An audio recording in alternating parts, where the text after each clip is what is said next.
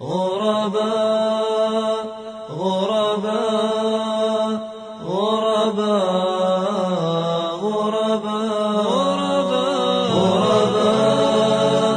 غرباء غرباء. Bismillahirrahmanirrahim. Todos os louvores são para Allah subhanahu wa ta'ala. Bom, depois de gravar o testemunho de toda a gente, eu vou tentar gravar o meu testemunho hoje. Eu vou começar falando como eu conheci o Islã. Eu conheci o Islã alguns anos atrás, quando eu estava numa comunidade de renovação carismática católica, né? E eu já estava lá, é como se fosse um convento, é um convento. Eu já estava no 5º ano para virar freira. E tinha um seminarista, um seminarista amigo meu. Ele começou a ler alguns livros e tal, até que ele me deu um livro que ele tinha terminado de ler que falava sobre a cultura árabe. Eu comecei a ler, gostei pra caramba, né? Achava todas aquelas cores, aquelas danças, as músicas muito bacana. E eu passei a ler bastante. Esse seminarista amigo meu, ele depois de um tempo me deu um Alcorão. E eu li o Alcorão, uma parte dele, né? E eu achei super interessante. Então, a partir desse dia, eu comecei a ir para as aulas de teologia com o Alcorão e não com a Bíblia. O que começou a dar muito conflito, porque o frade, que era nosso professor, ele não conhecia, ele não tinha conhecimento do Alcorão. Ele conseguia falar sobre a Torá, ele falava sobre a Bíblia com maestria, mas não conhecia o Alcorão. E eu, como uma boa menina chata que era, começava a fazer perguntas relativas ao Alcorão, até ele ficar bravo e me expulsar da sala. Eu acho que eu fui expulsa umas 15 vezes, ou mais.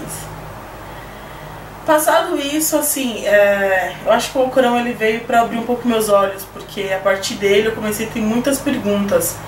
E nessas perguntas eu não conseguia ter resposta de ninguém. Nem do padre, nem do frade, nem do frei, nem do bispo. Eu acho que nem do papa.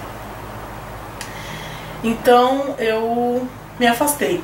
Eu pedi para ser afastada, porque eu não queria entrar numa religião onde as pessoas não conseguiam responder as minhas perguntas e não tinha conhecimento de todos os livros, né?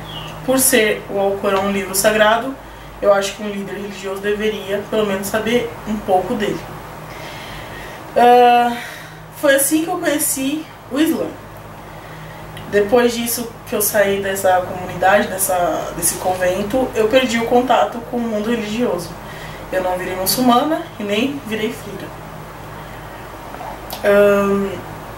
Depois de um tempo, acho que uns 2 anos depois que eu saí da comunidade, eu comecei a trabalhar numa empresa que tinha a Ásia como recepcionista, e ela tinha acabado de fazer a reversão dela, então ela tava com hijab.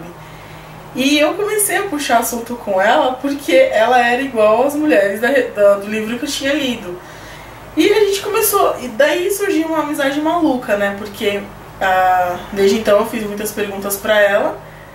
Na época ela não sabia me responder nada, mas a gente tinha em comum isso, né? Ela já ser muçulmana e eu gostar da cultura árabe. Depois eu comecei a gostar um pouco do Islã conversando com ela. E ela me chamou para ir pra mesquita. A princípio eu falei que não, porque quando eu saí, né, da comunidade, eu fiquei totalmente do mundão. Então eu era roqueira, minha vida era cigarro, álcool e rock, né? E aí eu não fui pra mesquita na primeira chamada dela, e todo dia a gente conversava. Ela tinha um sonho de ser oceanografia, né? E eu na época, já olha como as coisas são. Eu queria ser voluntária da ONU, né? Só que eu não tinha idade nem inglês fluente. Isso foi adormecendo em mim. Então eu não fui pra mesquita, também falei um pouco com a Gabi sobre religião, e eu saí dessa empresa e perdi o contato com ela. Depois de acho que um ano depois, que eu, na época, estava namorando né, que hoje é o meu atual marido, eu conversei com ela de novo. A gente tinha um amigo em comum e ele fez a gente conversar de novo e eu fui pra mesquita. Nesse meio tempo eu já tava meio em crise no namoro, então eu já tinha terminado e fui pra mesquita com ela. E quando eu cheguei lá, foi como se me desse um estalo, né? Caramba, eu tô numa mesquita, que doideira, né? E eu fui muito bem recebida pelas meninas. Foi muito bacana aquele sábado que eu fui assistir a aula do Charjuma. A primeira vez eu não entendia nada do que ele falava muito rápido e eu não entendia nada do que ele estava falando. E as meninas super receptivas, foi muito bacana. Quando eu senti que estava no momento de eu virar muçulmana, foi depois de ouvir a Al-Fatiha, recitada pelo Sheikh Muhammad Al-Bukai. E eu chorava muito, mas eu não entendia por que eu tava chorando. Então eu li, né, a Al-Fatiha de novo e entendi um pouco. Mas o que me deu a convicção de virar muçulmana foi a Sura An-Naba, né? Quem conhece sabe, é a notícia. Depois que eu ouvi a An-Naba, até hoje, se eu escutar a recitação da An-Naba, eu choro. Foi naquele momento, quando eu ouvi a An-Naba, que eu sabia que eu queria ser muçulmana. Eu sentia que eu queria ser muçulmana. E aí foi um passo grande na minha vida. Fiz a minha shahada no dia 26 de junho de 2011 com o Charjuma. E eu tava muito tímida. Eu era irreconhecível, né? Não parecia a Tia Sara de hoje. Eu fiz a minha shahada e falei, caramba, agora eu sou muçulmana. E agora, né? Depois eu fui dando pequenos passos. Depois que eu fiz a minha shahada, eu comecei a dar os pequenos passos nos estudos. E eu me aprofundei um pouquinho mais em tentar transmitir para as pessoas o que eu estava conhecendo. Então foi quando surgiu a ideia de montar o blog, de gravar as aulas e tudo mais. A minha maior luta hoje ainda é vencer o preconceito tanto da minha família quanto das pessoas que me rodeiam, que não me conhecem direito. Eu perdi muitos amigos, muitas pessoas que diziam ser meus amigos, a partir do momento que souberam que eu tinha virado muçulmana. Em contrapartida, pessoas que estavam comigo já há muito tempo me abraçaram de uma forma que eu até hoje eu não esqueço, né? Eu nunca vou esquecer de como a Carol, o Fernando, a Gui, a Juliana, que são meus amigos não muçulmanos, como eles me respeitaram e me respeitam até hoje, né? Eu não fui excluída como eu fui excluída de outros lugares, de outras pessoas. Eles me abraçaram do jeito que eu tava, com o passo que eu tava dando, e falou, se é isso que você quer ser, a gente vai continuar sendo seu amigo, como a gente sempre foi. E é assim até hoje. E eu ganhei muitos novos amigos, lógico, novos irmãos. E eu sabia que eu tava no lugar certo. Porque Allah, ele encaminha quem ele quer, desencaminha quem ele quer, e ele traz pra perto da gente pessoas boas e afasta as ruins.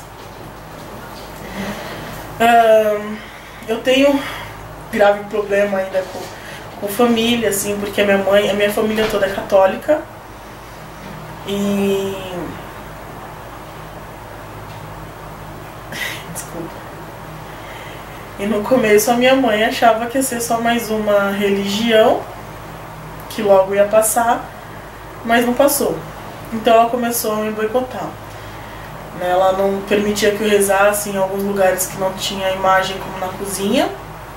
Um tempo depois ela liberou a cozinha de novo. Ela vive falando que eu tô muito feia com essas roupas, com o meu hijab. No começo eu acho que faltava pouco pra ela vir me bater pra arrancar, né, meu hijab da cabeça. E agora ela tá mais relaxada, ela tá mais tranquila, mas ainda é uma batalha muito grande. Eu nunca vou esquecer que a primeira pessoa que me apoiou quando eu falei que eu queria virar muçulmana foi o meu irmão. Ele me apoiou total. Ele me deu meu primeiro hijab. Ele falou, olha, tamo junto. Se é isso que você quer pra você, tamo junto e não importa. Eu vou estar sempre do seu lado. E ele realmente esteve. E ele está sempre do meu lado. Pelo menos nessa questão.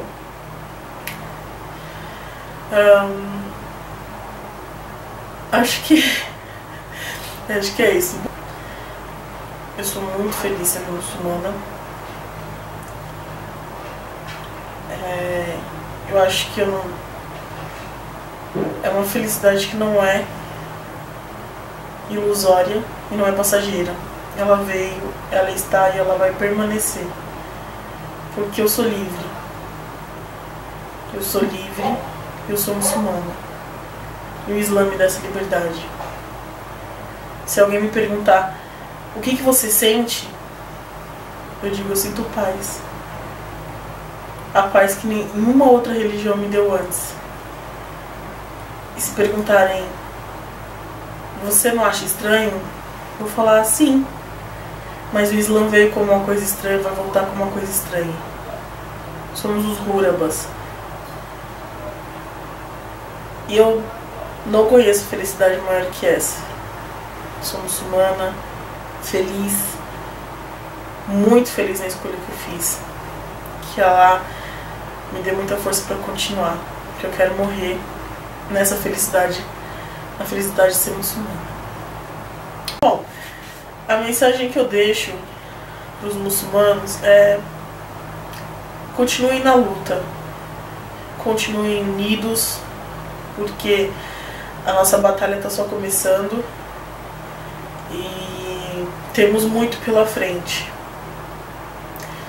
Eu acho que se a gente parar um pouquinho de tentar lutar um com o outro, se a gente se unir um pouco mais, a gente vai conseguir desmistificar melhor o Islã. Não tenha vergonha de ser muçulmano, não tenha vergonha de assumir a sua identidade islâmica, porque é a única coisa que vai dar força pra gente aqui no Ocidente. Ser muçulmano e assumir, né, o Islã na nossa vida. É ser muçulmano de dentro pra fora. Mostrar pra todo mundo que o Islã não é o que eles acham que é, não é esse terror, não é nada disso. Né, que eles possam ver através da gente que o Islã é paz, que o Islã é alegria, que o Islã é conforto, que o Islã também é atitude. E depende da gente essa atitude. Para as pessoas que não conhecem o Islã, eu falo, vale a pena. Porque se o Islã conseguiu mudar quem eu era para quem eu sou hoje, ele consegue mudar qualquer pessoa.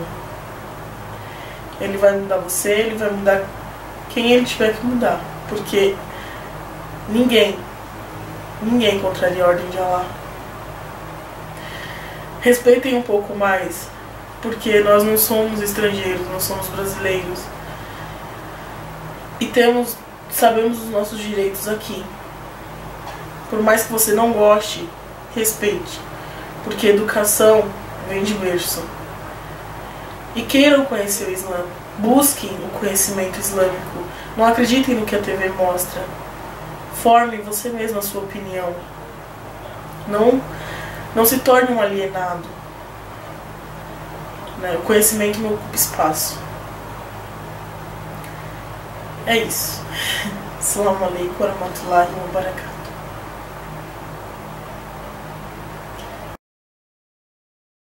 بسم الله الرحمن الرحيم عم يتساءلون عن النبأ العظيم الذي هم فيه مختلفون كلا سيعلمون ثم كلا سيعلمون ألم نجعل الأرض مهادا والجبال أوتادا وخلقناكم أزواجا وجعلنا نومكم سباتا وجعلنا الليل لباسا